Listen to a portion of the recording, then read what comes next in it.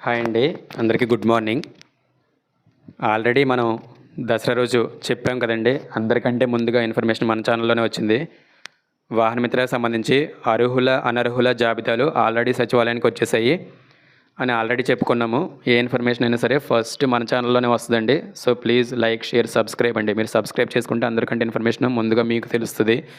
మీకు ఏదైనా అప్లికేషన్ చేయడానికైనా, లేదంటే అప్లికేషన్ పెట్టుకోవడానికైనా, ఏదైనా పథకానికి అప్లై చేసుకోవడానికైనా తగిన సమయం ఉంటుంది. మీకు ముందుగా తెలియడం వల్ల మీరు త్వరగా అప్లై చేసుకోవడానికి అవుతుందండి. ఓకే అండి, ఒకసారి ఇప్పుడు అర్హుల జాబితాలు, అనర్హుల జాబితాలు వాహనమిత్ర వచ్చాయని చెప్పాను కదా.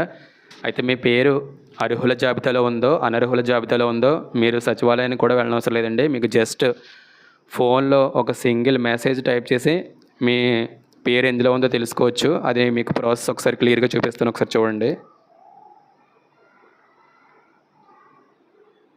చూడండి, ఫస్ట్ ఫోన్లో ఈ కింద ఒక నెంబర్ డిస్ప్లే అవుతుంది చూడండి, 9552300009. ఈ నెంబర్ని మీరు వాట్సాప్లో సేవ్ చేసుకోవాలండి. వాట్సాప్లో ఏదో ఒక పేరుతో మీకు గుర్తుండేలాగా హెల్ప్ లైన్ నెంబర్ అని కానీ, లేదంటే కనుక గవర్నమెంట్ వాట్సాప్ అని కానీ, ఏదో ఒకటి మీకు తెలిసే విధంగా, మీకు గుర్తుండే విధంగా చూడండి, 9552300009. ఈ నెంబర్ని మీరు వాట్సాప్లో సేవ్ చేసుకోండి. నార్మల్ కాంటాక్ట్ కాదండి, వాట్సాప్లో సేవ్ చేసుకోండి. వాట్సాప్లో సేవ్ చేసుకున్న తర్వాత ఇప్పుడు మీకు ప్రాసెస్ ఎలా చేయాలో చూపిస్తాను చూడండి. ఆ నెంబర్ వాట్సాప్లో సేవ్ చేసుకొని వాట్సాప్ ఓపెన్ చేసి ఆ కాంటాక్ట్ నెంబర్ దగ్గరికి వచ్చి ఆ నెంబర్కి జస్ట్ మనం నార్మల్గా వేరే నెంబర్స్కి ఎలా అయితే మెసేజ్ చేస్తామో అలాగా ఆ నెంబర్కి హాయ్ అని మెసేజ్ పెట్టండి. చూడండి, పక్కన మీకు ఇక్కడ లెఫ్ట్ సైడ్ సర్కిల్ చేసి చూపించండి చూడండి, రెడ్ కలర్ సర్కిల్. అలాగా HI అని మెసేజ్ టైప్ చేసి సెండ్ చేయండి. అలా మెసేజ్ మీరు పెట్టగానే మీకు ఈ విధంగా ఓపెన్ అవుతుందండి. తెలుగులో కొంచెం మ్యాటర్ వచ్చి దాని కిందన చూడండి ఇలా రిప్లై వస్తుంది మీకు.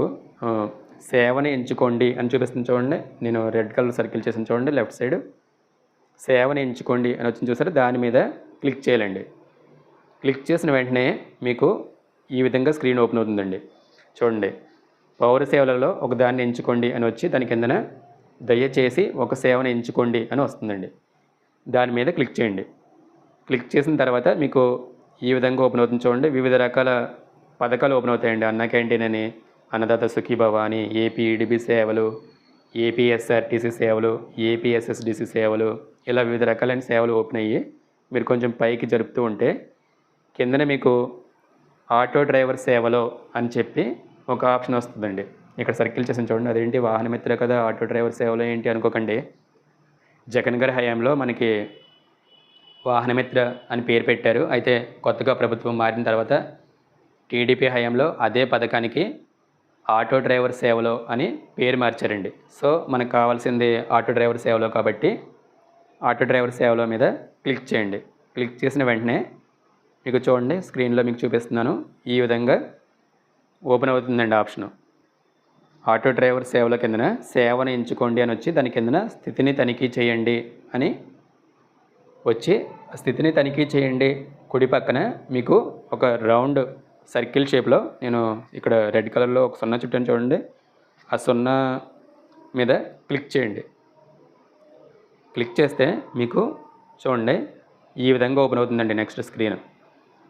చూడండి, స్థితిని తనిఖీ చేయండి పక్కన క్లిక్ చేయగానే మీ ఆధార్ నెంబర్ని నమోదు చేయండి అని చెప్పి మనం ఆధార్ నెంబర్ని అందులో ఎంటర్ చేయడానికి మీకు ఒక బాక్స్ ఓపెన్ అవుతుందండి. చూడండి, మీకు పచ్చ కలర్లో మీకు 0 చుట్టూ చూపించాను. అందులో మీ వాహన యొక్క యజమాని, మీరు సచివాలయంలో ఏ ఆధార్ నెంబర్తో దరఖాస్తు చేశారో ఆ ఆధార్ నెంబర్ని ఇక్కడ ఎంటర్ చేయాలండి.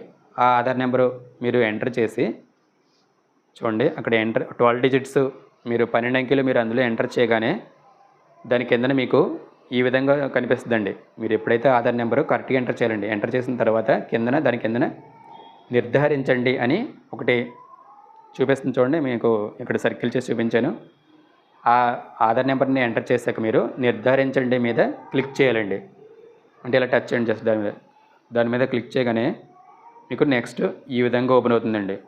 చూడండి, మీ ప్రతిస్పందనకు ధన్యవాదాలు, క్రింద మీ వివరాలు ఉన్నాయి, దరఖాస్తు సంఖ్య అని చెప్పి మీరు సచివాలయంలో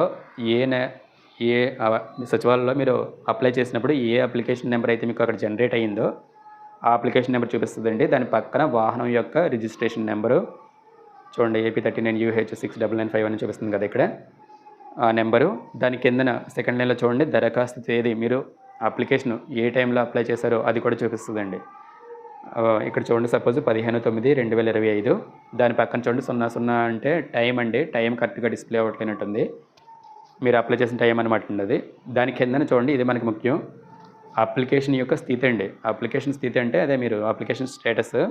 మీకు చూడండి ఇక్కడ అప్రూవ్ APPROVE అని ఉంది కదండి, అప్రూవ్ అని ఉంది. అప్రూవ్ అని అంటే ఓకే అండి, మీకు హ్యాపీ, మీకు మీ అప్లికేషను యాక్సెప్ట్ అయిపోయిందని అర్థం. యాక్సెప్ట్ అయిపోయింది కాబట్టి మీ యొక్క బ్యాంక్ అకౌంట్ స్థితి మీకు ముందు వీడియోలో కూడా చెప్పాను. ఇది మాత్రం ముఖ్యం అండి.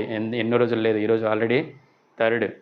NPCI స్టేటస్ అండి. NPCI స్టేటస్ యాక్టివ్లో ఉండాలండి. NPCI స్టేటస్ యాక్టివ్లో ఉంటేనే మీకు అక్కడ అమౌంట్ 15,000 రిలీజ్ చేసిన వెంటనే మీ అకౌంట్లోకి వస్తుంది. NPCI స్టేటస్ యాక్టివ్లో లేకపోతే మీకు ఇక్కడ అప్రూవ్ అని ఉన్నా సరే మీకు అకౌంట్లోకి అమౌంట్ రాదండి. అమౌంట్ రావాలంటే మీ NPCI స్టేటస్ యాక్టివ్ చేయించుకోండి.